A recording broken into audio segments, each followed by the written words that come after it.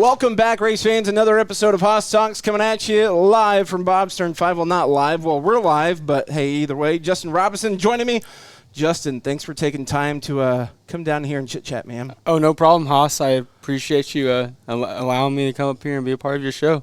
You've been around racing for quite some time, and I've learned a little bit over the past month or so that your sister's a little bit better than you in karts and stuff, and your dad gave me 50 cents to say that. Oh, yeah. So shout out to Dad. Thanks for the 50 cents there.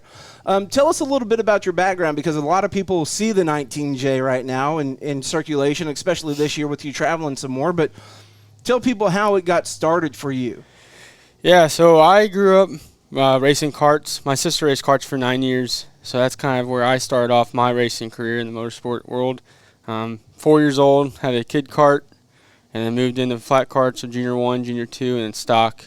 Animal, heavy, and I raced go-karts for 15 years. Damn, that's a long time. Yeah, a long time.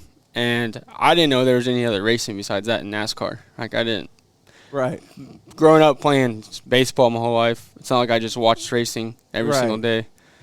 And one day I came home from college, my freshman year, my dad goes, I bought us a micro sprint. I said, what the heck is that? And I was like, all right, we'll try it out. And we put the go-karts away and went full-on micro sprint racing. Now, you said you made a little mention there of baseball, and then you made a little mention of college. So you didn't go to college for algebra. You went to college to play ball. Yes. And you were pretty good at it from what I gather and what I've seen. What was that like, being a college athlete? It is the best and worst world.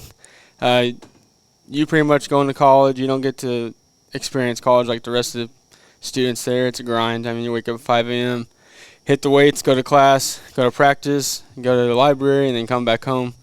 It's not for everyone, but you definitely have to have the willpower and the drive to want to keep up with it. But I actually started my college baseball career here in Tulsa. So, really? At Oral Roberts, yep. So that's pretty cool, the kind of correlation of everything. You're from Rockwall, Texas, right? So growing up in Texas, was Tulsa ever like on your radar? Or was it just through school that was? Not really. So my sister went to Oral Roberts for a year, so that's how I knew about it. But no, Oral Roberts always had a good baseball program. I grew up going to a private school, so that was very important to me to continue my private school education.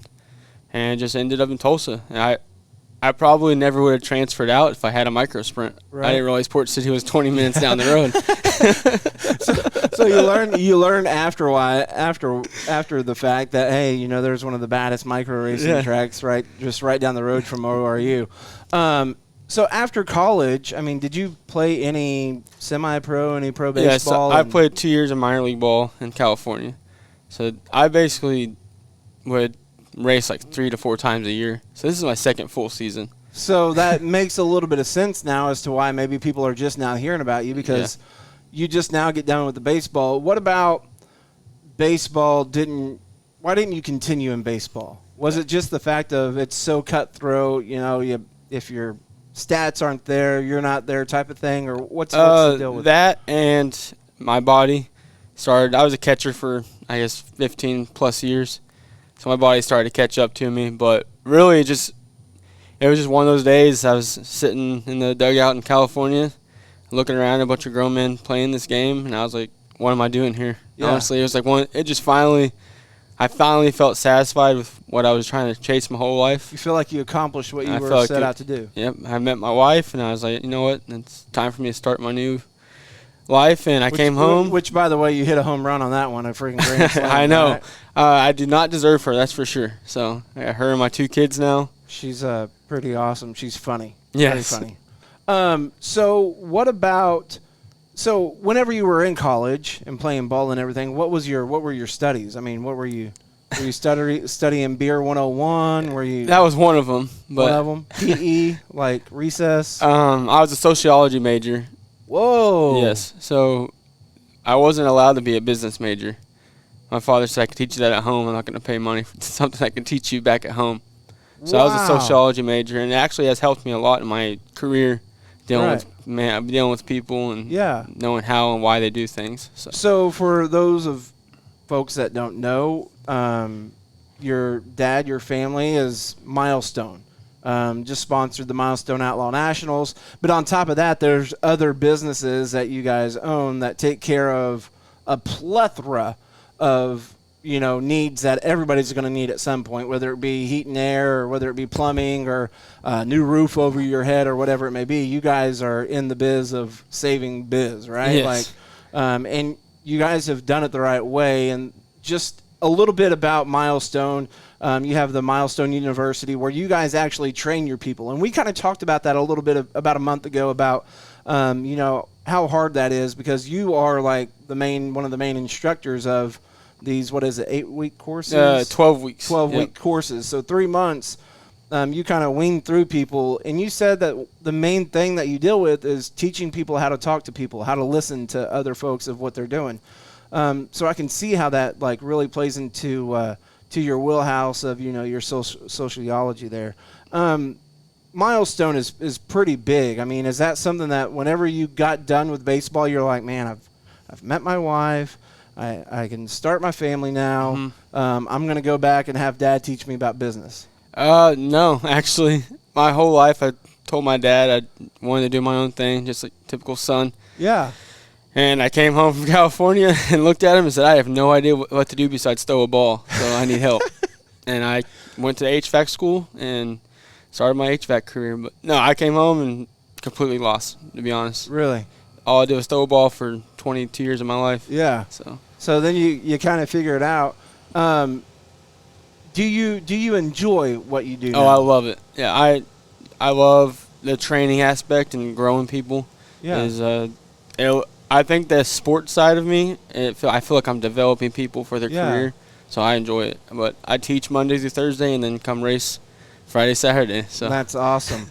Outside of baseball and racing, you're a huge football dude. Correct. I didn't realize this until I start chatting with you, but you have literally probably a really in-depth podcast. Yes. And I've started listening to it. I'm like, oh, dude, let's watch football so I can eat queso and drink beer, right? I'm like, where you're like, oh yeah, number 19 for the Dallas Cowboys is such and such, and his stats are and you can tell everybody about it. What about the sport of football just attracts you, and what is it about football that gets you going? Fantasy football is what drove my passion for football for sure. I'm obsessed with fantasy football. It's not a good thing. But I'll play in 15 to 20 leagues a year. Whoa! And so if you need help winning your league with all your friends, I got you. I think I'm gonna have to take a look at this, because I do have some folks on the social medias that are always like, hey, we're looking for a couple more to join our fantasy league. Yeah. So I think if I can just maybe phone a friend, mm-hmm. Get some help on that. But it's an addiction. But if I didn't play fantasy football, I probably wouldn't be so much into it. Really? But I just love competition. Yeah. Which I think that's any race car driver. Yeah. So back to racing now. I'm having a hard time really gaining this, right? Because here you are running karts for a long time. Did your sister ever come around the expo? Yeah, so I grew up going to the shootout. I never ran it. But I grew up going from 4 years old to 10. She was racing at the shootout. Right? Yeah. And so you're playing baseball. Your sister is driving karts, racing karts. You're racing 3 or 4 times a year. You get done, and your dad's like, hey, I bought a micro. And you guys, this was just a couple of years ago. Yeah, 2015 when I got my micro. That's insane to me. So you come in your first micro experience here at Port City. Let's just take that. That was probably 3 years ago, 4 years ago? I think 3. It was Speed Week 3 years ago. Yeah, with now 600, yeah. Right? And you're in a hyper, and that's not very common around these parts. No. And so, but in that, Johnny Bolin is your go-to guy at that point, right? Yeah, he was with the team at that point. Let's talk about your first experience of I want to call it the big times. Whenever you roll, Speed Week is a real big micro deal. track. Yeah, Speed Week's a big deal because your home track is Super Bowl, Super right? Bowl. So Super Bowl's you get some room to breathe, and you can just let her eat and hang her out. And, cruise control. Yeah, and at a place like this or Arcoma. Did you go to Arcoma? I didn't go to Arcoma. That was a Sunday show, I think. But at any rate, you get into a place like this where now it's elbows up, close quarters. What is it about it that was like? Was it intimidating whenever you first saw the racetrack? Was it like what was the feelings and like everything whenever you first got here? So I remember the exact moment I rolled on the track. I was like, I knew this track was small, and as soon as I got out there, I was like, "There's no way we're supposed to race out here. Like, we're supposed to get 3 wide here." And I've never even felt what a cushion feels like. We don't have that in Texas. Right. So, yeah, it was a eye-opening experience for sure. I really thought I was like inside of a bowl. I was like, "There's no way I'm going to pass anybody." I was terrified. My first start, I literally just let everybody go. I was just like, I don't know what I'm going to do. Yeah. But because I ran the shootout, it just felt like we had way more space. Right. At the shootout. This was a whole different ball game. Yeah. So that's why I went to my dad's like, we got to run here more often. I want to get better. I'm tired of getting my butt kicked. Yeah. So you start running here more often. Now you pick up over the last couple of years, and now it's like you're all in. Oh, yeah, we drive 4.5 hours to come race at Port City. I'm going to say at least a couple times a month. Yeah, right? 3 and 4 times a month. To come up here and run. Now you've made allies with Frank Flood and kind of learning some of the tips and tricks that he may have. And, I mean, a race car is a race car, and if a guy can will a race car like Frank Flood, I mean, I'm pretty sure he's knowledgeable enough to kind of help out and give some pointers. How much do you feel like having that friendship and that ally with Frank has kind of helped you this year alone already? I mean, in just half a season. Oh, tremendously. He's one of the greatest coaches I've ever been around, and I've had a lot of coaches in my life. No, he's made – I mean, I was going from not making A's to making A's here at Port City. I made A at the Milestone Outlaw show, the Friday night show, so – yeah, he's changed my game completely. He just sees things other people don't see. He says things that just click. Yeah. Some people, you just don't. He just understands how to dumb it down, if that makes sense. Yeah. Yeah, no, he is just a dumb redneck from Pryor, Oklahoma that likes to drive around in circles, and he'll be the first one to tell you that. Whenever in racing, I mean, you're running wing, you're running non-wing. Like, what do you prefer the most out of the two? I mean, I love non-wing. And you've ran some outlaw stuff. It's just like this year you've kind of started to dabble into the outlaw stuff. You're a big non-wing guy. Yeah, I don't know if that's because with go-karts we didn't have a wing, so I could feel the car more. Yeah. But for some reason I've always handled a non-wing car better, which is crazy because my first 4 years in a micro I never ran non-wing. Because Really? Super Bowl, all they run is with wing on top. Oh, okay. So I didn't really know what non-wing was about until I started running with Johnny, and we were traveling. Yeah. That makes like total sense now. I mean, you're used to not having that crutch or that, you're actually having to feel the car and really work it out. So the goals for you, I mean, I know we've talked and you're like, man, I really want to run the Chili Bowl sometime. I mean, is racing's a big time hobby for you? A lot of these people look at it as live or die by racing. I got to race. You've got a son of your own now that, maybe one day he's going to play baseball or he's going to play soccer or whatever he wants to do. But I feel like he's pretty ate up with racing. Oh, he's obsessed. He will definitely, if I have anything to say about it, he'll be in a race car. It's a lot more fun than baseball. Oh, absolutely. Mentally. Absolutely. Absolutely. And you don't have to run as much. Exactly. Well, sometimes. And your only coach is your dad, so it's a little different. Yeah. Very cool. On the road, whenever you hop on the road to head to a racetrack or something like that, like what's your go-to snack? Like your go-to, do you get a bag of chips? Are you a candy guy? Are you like give me a bottle of water and some sunflower seeds? My go-to snack is the Dots pretzels.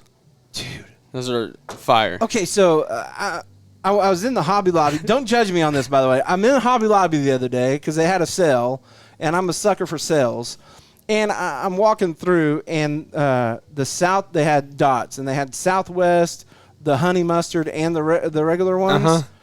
Dude. You got all of them? Got all of them, man. Like, And I mean, it's almost like, the Lay's potato chips commercials. You can't just eat one. Yeah. Dude, I sit there and ate a full bag of freaking Southwest pretzels in one day, just sitting there watching Flow and Netflix. My wife reminds me every time. She's like, "You're trying to lose weight for racing." All these little kids got 100 pounds on me. Yeah. Golly, man. So Dots is the go-to snack. Are you a big soda pop guy, or do you try and steer clear of pop? I couldn't tell you the last time I drank a soda. Probably years ago. So I do have a obsession with Red Bull, which is basically a soda and then water. But no, I guess playing sports my whole life, I've never drank sodas. Yeah. So I just don't ever crave them or anything. Well, that's cool. That's cool. Favorite meal, like whenever you're out on the road, is there like a restaurant, like a chain restaurant that is like a go-to stop or do you like to try new things? No, I'm a person of consistency, so I don't like to change things up.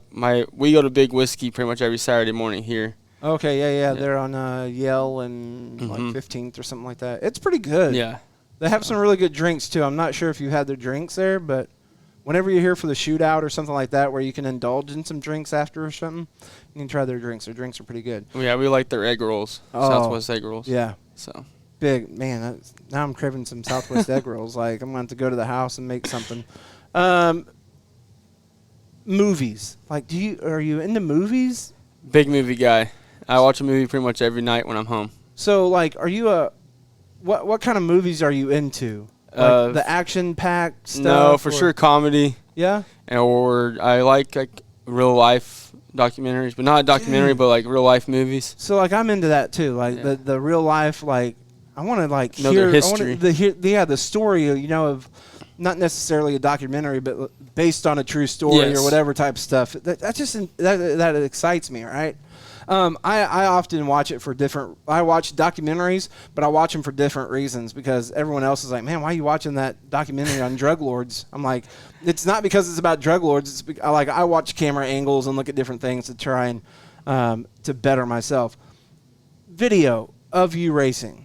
How often do you go back and rewatch or like try to pick apart what you did in a certain race to try and make you better? I know some guys do it instantly, right whenever they come off the track. I know some guys throughout the week, they go through and they play with GoPro footage or anything like that. Yeah. Do you do anything like that? This season I started doing that, and it made a lot of sense. I mean, my whole life, how I got better at baseball was watching film on myself. And so this year I do it a lot. It's not when I get right off the track just because we have so much work to do. Right. But at the end of the night or the next morning, I watch film and figure out what I could do better with my throttle control or how the track was, what I was seeing versus where I should have been. So for sure, I use video to my what am I saying? Video to my I can't even think of the word. Just to help you grow. Yeah, just to make it help you grow and be a better driver here. Yeah. Since you've been on. I will say it, on two totally different spectrums, right? From baseball to racing to business and how you approach things there. For somebody that's young, just coming into racing, or maybe there's a parent out there that's like, my son really enjoys going to the races and he really wants to try it out, or my son's really struggling in baseball right now with his pitching or his batting or whatever. Like, what kind of advice could you give to a parent? What kind of advice could you give to a driver? Because to me, even though you say I haven't been doing it that long and whatever, I feel like you have a lot of knowledge from all three areas, right? Like, you could help people with just everyday life. You could help people with racing or whatever. But is there a piece of advice or maybe something that you could say to someone to kind of help lift their spirits or something like that?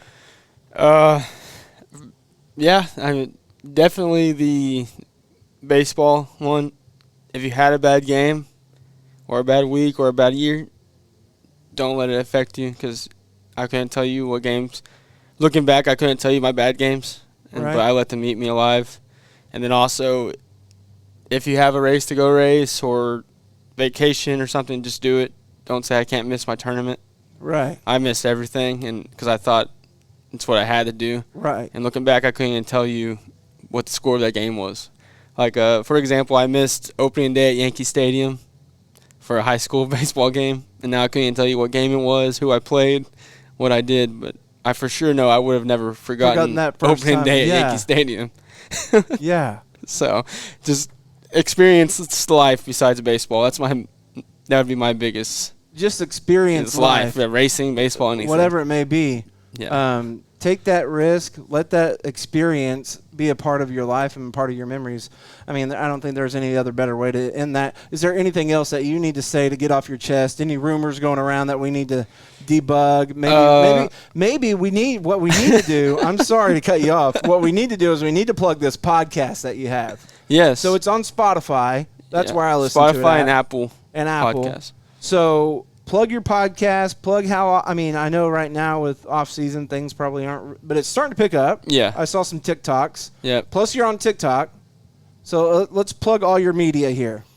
So you can find us on Spotify or Apple Podcasts at Pro Football Entertainment, and then also our TikTok is Pro Football Entertainment. And your personal TikTok, like you're on there. You're making Yes, some I was cool live videos. last night. You saved the day with the live because my feed was crapping out. Dadgummit, man. Freaking Cox Internet. So you're on TikTok. You're on Facebook. Just Robison Racing, right? Robison Racing and just Justin Robison. But Pro Football Entertainment's the one that people really need to look at. Yes, I'm trying to grow that. So that's the one that we really need help with because that's the one that costs money. Yes. Just like Hot Stocks. That's that subscription every month to keep your podcast alive, plus all the gear that you have to do it. For sure. Now, okay, so how about this? If folks need help with their fantasy, will you help coach them? Will you be I'm losing the word. Guru. Yeah, will you be their guru, like For their sure. go-to guy? All they have to do is text me or send me a message. I'll answer them. I love doing that throughout the day. Yeah. So I actually last week I drafted my nephew's team for him. He called me in the middle of the day at work. So I need to beat all my friends, help me draft. You got him hooked up. Yes. There you go. So Pro Football Entertainment, you can find it on Spotify, Apple Music, and go enjoy the experience. Experience life and have a good one. That's been Justin Robison right here on Haas Talks. Introducing the Performance Electronics Wideband O2 sensor with Bluetooth. With just 3 wires, installation couldn't be easier. Quickly connect your smartphone to our simple app to monitor your engine's air-fuel ratio in real time without gauges. The PE Wideband O2 sensor is just one of many performance electronics products that can add brains and brawn to your next high-performance project. Find them all at pe-ltd.com.